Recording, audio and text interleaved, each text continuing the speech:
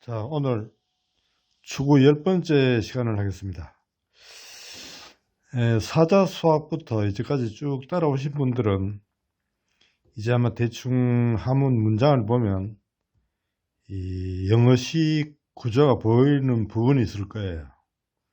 그만큼 여러분들이 이제 한문 문맥에 물리가 좀 트여간다는 소리입니다. 조금 더 계속 따라오시면 혼자서 어떤 책이든지 다 볼 수 있는 지경까지 가니까 걱정 말고 꾸준히 따라오시면 고맙겠습니다. 자, 이 조축 화간접이요, 개쟁 초중충이라. 서당식으로 해보면 조는 새지요. 새들이 축 쫓아간다, 쫓는다. 뭐를 쫓아가느냐면 꽃 사이에 나비를 쫓아간다. 새들은 꽃 사이에 있는 나비를 쫓아가고, 닭들은 다툰다. 뭘 다투느냐면 초중충이라, 풀 가운데 있는 그 벌레들을 서로 잡아먹으려고 다투고 있다 이거예요. 자, 영어식으로 한번 분석을 해보면 조가 주어가 되겠죠. 조가 축 쫓아간다. 이게 타동사가 돼요. 동사. 화간, 꽃들 사이에 있는 나비, 이게 목적이 되겠죠. 그럼 해석하면 어떻게 되나요? 새가 꽃 사이 간자니까 꽃 사이에 날아다니는 그 나비를 쫓아가고, 새들이 나비를 왜 쫓아가겠어요? 잡아먹으려고 그렇죠. 나비가 자기 새들의 먹이잖아요. 그렇죠? 새들은 꽃 사이에 있는 나비들을 쫓아가고, 닭은 문장 구조가 똑같아요. 이게 주어, 이게 타동사니까 타동사가 되겠죠. 초중, 풀 사이에 있는 벌레들을 서로 잡아먹으려고 다투고 있다 이거예요. 벌레를 두고 서로 다투고 있다, 다툰다, 이런 뜻이에요. 그러니까 새나 닭들은 우리가 보면 아름답지만은 자기들끼리는 정말 생사를 건 이 싸움을 하고 있는 거예요. 알겠나요? 새들은 꽃 사이에 날아다니는 나비를 쫓아가고, 닭들은 풀 사이에 있는 벌레들을 서로 잡아먹으려고 다툰다 이거예요. 새나 새 같은 경우 굉장히 유익한 거예요. 우리나라에 예를 들면 저쪽 서양에서 붉은 개미인가 들어왔잖아요. 붉은 개미가 상당히 위험하다 그랬는데, 우리나라는 붉은 개미가 들어와도 부산에 들어왔다는 소식이었는데 금방 없어져 버렸어요. 왜냐하면 이 참새들이 개미를 다 잡아먹어 버리니까 우리나라에 나쁜 개미들이 살 수가 없어요. 지금 중국 같은 데는 옛날에 모택동 그때 참새를 다 잡아 없애버렸죠. 그러니까 중국에서는 이런 붉은 개미가 들어가면 사람들을 물어 죽이고 이렇게 하는 거예요. 그러니까 이 새 한 마리도 다 서로가 공존하는 거예요. 알겠나요? 그 다음에 조헌 사등수여, 갠패 객도문이라. 선흥식으로 해석해 보면 새가 왁작지근하게 짓거린대요. 새들이 막 짖는데 짓거린대. 새들이 쫑알쫑알 한다 그럴까요? 새들이 짓거리는 것은 왜 그러냐면 뱀이 등 오른다. 어디 뱀이 나무에 올라가는 것을 보고 새들이 막 지저귀는 걸 알 수 있다. 새들이 지저귀는 것은 뱀이 나무에 올라가기 때문이요, 이런 뜻이죠. 개가 짖는 것은 손님이 문에 도착한 것을 우리가 알 수 있다 이거예요. 개가 짖는 것을 보고 손님이 우리 집 대문에 우리 집에 온 것을 알 수 있는 그런 이야기예요. 알겠나요? 영어식을 한번 해볼까요? 이 새가 주어겠죠. 지적인다, 동사겠죠. 지적이는 것은 사, 주어죠. 등, 오른다, 동사죠. 이거는 목적어가 되겠네. 나무. 새가 지적이는 것은 뱀이 나무 위로 올라가기 때문이다. 나무를 올라가기 때문에. 이 나무를 나무에, 이거는 부사로 보는 게 좋을지 모르겠네요. 부사. 그렇죠. 나무에 올라가기 때문이다. 그렇죠. 이거 꼭 뭐 자기가 만들어야 되는 거예요. 품사를. 그 뱀이 나무에 올라가기 때문이다. 이거예요. 그러면 뱀은 왜 나무에 올라가겠나요? 나무에 이 새가 둥지를 틀고 여기 알을 낳아놨잖아요. 알을. 그리고 여기 알이 또 깨면 새끼가 있겠죠. 뱀은 올라가서 이 새의 새끼나 알을 먹으려고 올라가니까 새가 자기 그 둥지로 올라가는 뱀이 못 올라가게 막 짖는 거예요. 못 올라가게. 알겠죠? 새가 막 저렇게 막 무섭게 지저귀는 것은 뱀이 나무 위로 올라가기 때문에, 나무에 올라가서 자기 새끼나 자기 알을 먹으려고 하기 때문에 그걸 못 먹게 하기 위해서. 그리고 개가 짖는 것은 손님이 우리 집 대문에 도착한 것이기 때문이다. 그런 걸 알 수 있다. 그죠? 개가 짖는 걸 통해서. 그런 걸 시적으로 재밌게 표현하고 있어요. 그 다음에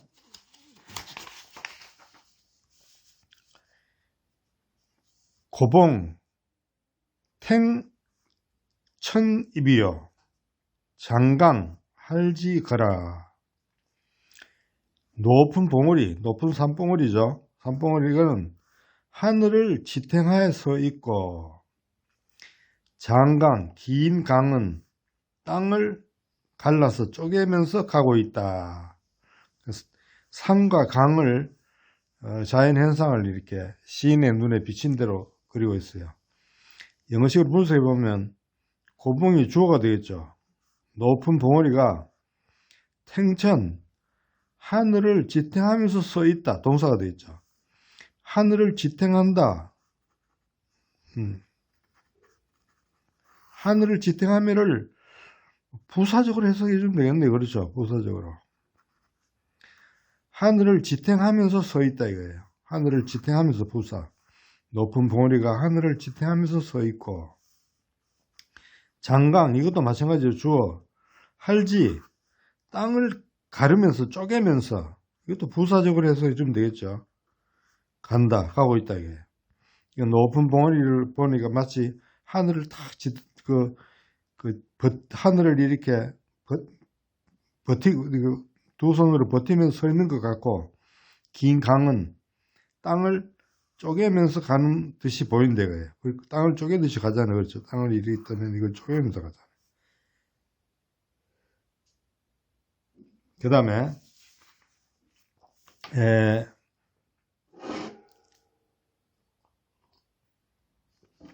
백해 황룡택이여 청송 백학누라. 이 서당식으로 해서 보면 푸른 바다는 황룡의 집이요. 황룡, 누런 용의 그 집이다 이거예요. 푸른 바다가. 용은 바다에 산다고 그렇게 알고 있잖아요. 그렇죠. 바다의 신이 용이잖아요. 청송, 푸른 소나무는 백학의 누각이라. 백학들의 다락이다, 집이다 이거예요. 알겠나요? 흰 학들의 집이다 이거예요. 왜냐하면 학은 푸른 소나무에 둥지를 틀고 살기 때문에 그런 거예요. 영어식으로 해서 보면 백해가 주어가 되겠고, 지금 한문식으로 한문 문법을 하면 동사로 해석해요. 백해는 황룡의 집이다. 이게 집이다로 해석하는 거예요. 동사로. 그러니까 이게 동사가 되는 거예요. 이때는 백해는 황룡의 집이다. 그리고 또 청송은 주어. 백학의 다락인데 이때는 다락이다라고 해석해 줘야 돼요. 동사로. 청송은 백학의 다락이다. 이렇게 해석해도 돼요. 알나요? 그래, 영어식으로 내가 풀어보면 나는 이렇게 보고 싶어요. 푸른 바다는 황룡의 집을 동사로보다는 그냥 보호로 하는 게 더 자연스러워요. 백해하고 이 황룡의 집이 이게 같은 그거잖아요. 이게 보충해주는 말이잖아요, 집이. 그렇죠. 황룡의 집을 보충해준다. 바다를. 그리고 푸른 소나무는 백하고 누가 이것도 역시 보호로 해석해주면 이 누가 청송을 보완해주는 거죠. 보충해서 설명해주니까. 푸른 소나무는 백학의 이 다락이다. 이거 뭐 생략됐냐면 동사가 생략됐다고 보면 되는 거예요. 그래서 한문 문법식으로 하면 이게 동사로 보고 영어 문법식으로 하면 보호로 보면 돼요. 어느 것이 더 자연스러운가 그건 자기가 판단하면 되는 거예요. 우리가 문법을 뭐 지금 가르치는 건 아니니까 자기가 이걸 어떻게 이 문장을 쪼개서 풀이하느냐 그걸 우리가 배우는 거예요. 자, 그 다음에 이 월도 오동상이요 풍내 양유변이라. 달이 오동나무 위에 이루고 떴다 이거예요. 오동나무 위에 떴고 바람이 양유 버드나무 가에로 불어온다 이런 뜻이에요. 영어식으로 분석해보면 다른 주어가 되겠죠. 도는 도착한다 동사가 되겠죠. 오동상 오동나무 위에 도착해서 이걸 뭐로 보면 되겠나요? 부사로 보면 되겠죠. 부사구로. 달이 오동나무 위에 떴다 이거예요. 했나요? 그리고 바람은 주어죠. 동사. 양유, 버드나무 끝으로 가로 불어온다. 이게 부사구죠. 이렇게 해서 하면 돼요. 했나요? 달은 오동나무 위에 떠 있고, 그러니까 이 오동나무 사이에 이렇게 달이 탁 있는 그 모습이 눈에 보이죠. 그리고 바람은 이 버드나무 가로 끝으로 불어온다 이거예요. 그 다음에 군성 진 벽천이여 낙엽 전 추산이라. 서당식으로 해석해보면 군성 군은 무리 군자죠. 많은 별들이 진 치고 있다. 어디에? 푸른 하늘에 진을 치고 있고 하늘에 별들이 이렇게 있는 모습이 마치 그 진을 친 모습처럼 보이는 거예요. 이 사람 눈에는. 낙엽은 가을 산에서 싸우고 있다. 다투고 있다 이거예요. 그렇게 이 시인의 눈에 그렇게 보이는 거예요. 자, 영어식으로 한번 분석을 해보면 군성, 많은 별들이 주어, 진, 동사. 이 한문 문법에서는 이거를 보호로 볼 거예요. 보호로. 그렇게 알고 있어요. 많은 별들이 푸른 하늘에 진을 치고 있다. 이거 보호로 보는 것보다는 내가 볼 때는 푸른 하늘에 보호보다는 부사로 해석하는 것이 훨씬 더 자연스러워요. 우리가 해석해 볼 때는 많은 별들이 푸른 하늘에 부사로 해석해가지고 진을 치고 있다. 그렇죠? 그다음에 낙엽이 주어, 동사. 낙엽들이 가을 산에 싸운다. 이걸 보호로 보는 것보다는 부사로 보는 게 훨씬 자연스러워요. 낙엽이 가을 산에서 막 낙엽이 왜 전쟁하는 것이 보이나요? 바람이 부니까 낙엽들이 막 이렇게 흩날리잖아요. 그 모습이 마치 싸우고 있는 것처럼 시인의 눈에 보이는 거예요. 알겠나요? 우리는 왜 전쟁을 하는 듯이 보이는가 하는 것을 자기 머릿속으로 상상해서 이걸 찾아내는 즐거움이 있어야 돼요. 알겠나요? 그래야 우리가 시인이 생각하는 그 경지에 같이 들어가게 되는 거예요. 그래서 시를 읽으면서 이래 또 불러보고 저래도 불러보고 이렇게 하면서 그 즐거움이 시를 읽는 즐거움이라고 할 수 있어요. 그 다음에 잠어 약청파요 호조 명고지라. 잠은 어디 물에 잠겨 있다는 말이에요. 물에 잠겨 있는 고기들이 푸른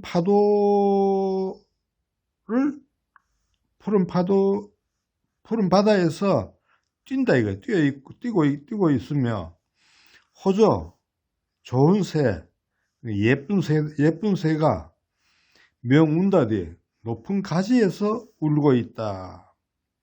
했나요? 영어식으로 한번 분석해 보면, 이거 뭡니까? 잠이 주어고, 잠어가, 이게 주어가 되겠죠. 이거는 형용사가 되죠. 물에 잠긴 고기가 뛰고 있다 이거예요. 동사. 청파는 푸른 바다에서, 그럼 뭐가 되나요? 부사구로 해석해 주면 되겠죠. 물에 잠긴 고기가 푸른 파도에서 뛰고 있다. 이것도 지금 아무 문법에서 나오면 보로 보고 쓸 거예요. 보로 보는, 내가 볼 때는 부사로 보는 게 훨씬 좋아요. 알겠나요? 호조 명고지라. 호조는 뭐 좋아한다는 뜻 때문에 좋은, 예쁜, 뭐 여러 가지 뜻이 좋은 거니까, 좋은 새니까 예쁜 새겠죠. 예쁜 새가 주어. 명, 울고 있다. 동사. 어디에서? 높은 가지에서 울고 있다. 부사구. 그렇죠. 그러니까 좋은 예쁜 새가 높은 가지에 올라가서 울고 있다. 그러니까 이 고기와 새, 고기는 지금 물에 있으니까 마이너스라면 새는 하늘에 있으니까 플러스죠. 그래서 이 음과 양이 이렇게 대가 된다. 그러니까 좋은 신이 이렇게 서로 대칭이 되어 있어요. 똑같이 고기면, 여기도 고기를 이야기하면 어떻게 되겠나요? 고기 이야기하면 이게 마이너스가 되면 재미가 없어요. 여기는 마이너스면 여기 플러스가 돼야 이렇게 어울리는 거예요. 솔로자가 여자하고 남자가 있으면 좋잖아요. 여자가 있으면 좋겠어요. 남자 있으면 좋겠어요. 요새는 뭐 호모니 레즈비언이 해가지고, 이거 사실 굉장히 이거 자연의 이치는 나는 별로 안 봤다고 봐요. 고기가 있으니까 이게 새가 있다. 새를 계속 노래하면 재미가 없죠. 새를 할 때는 고기와 이렇게 대를 이어놨을 때 시가 어울리게 되는 거예요. 재밌는 거예요. 알겠나요? 음량이 이렇게 대가 되는 거예요. 그 다음에 우후 간생스리여 풍전 송주금이라. 서당식으로 해서 보면 비가 온 뒤에 시냇물이 거문고 소리를 내고, 시냇물이 절절절 흘러가는 게 이 사람 눈에는 거문고 소리처럼 들린다 이거예요. 알겠나요? 비 온 뒤에 물이 불었죠. 물이 부른 시냇물이 졸졸졸 그런 거문고 소리를 내는 듯하다 이거예요. 그리고 풍전, 바람 앞에 소나무는 뭐 바람을 막고 있는 소나무는 연주한다. 뭘 연주하는? 거문고를 연주하는 것처럼 들린다 이거예요. 그러니까 비 온 뒤에 이건 부사절 비가 온 뒤에 부사구로 보면 되겠죠. 비 온 뒤에 시냇물이 주어, 생 타동사, 쓸 거문고 소리. 비 온 뒤에 불어난 시냇물이 졸졸 흐르면서 거문고 소리를 만들고 있다, 내고 있다 이거예요. 그리고 풍전, 바람이 막 부는 그 바람 앞에 소나무가, 이거 부사구고 주어져. 연주하고 있다. 무엇을? 거문고를 연주하는 듯한 소리가 난다 이거예요. 소나무가 막 흔들리니까 거문고 소리처럼 들린다 이거예요. 여기도 한번 보세요.